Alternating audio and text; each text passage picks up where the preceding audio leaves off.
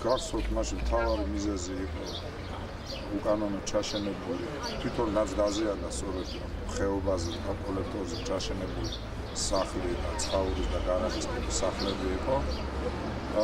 მათი დემონტაჟი მოხდა ხალხის გამოყვანა და მთლიანად მთელი პერიმეტრი კოლექტორის გაიწმინდა.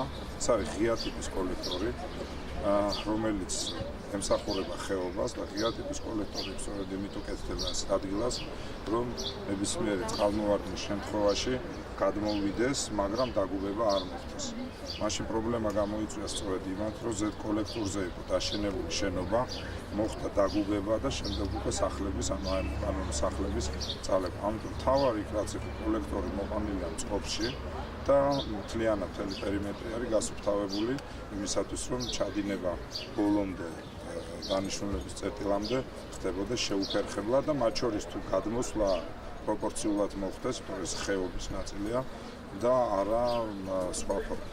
თუმცა დაჭაობდა ხდება და მასაც შეეხება, ეს არის კერძო ტერიტორია, ის მაშინაც ესე ვთქვათ სეზონურად დაჭაობების ნიშნებს შეიცავდა. ვის ადიდება მაშინ არ იყო მიზეზი, უხვი ნალექი იყო მიზეზი. ეს ტბა, როგორც გითხარით, არის კერძო ტერიტორია და მათ მეპატრონეებს აქვთ მოვლის ფალდები.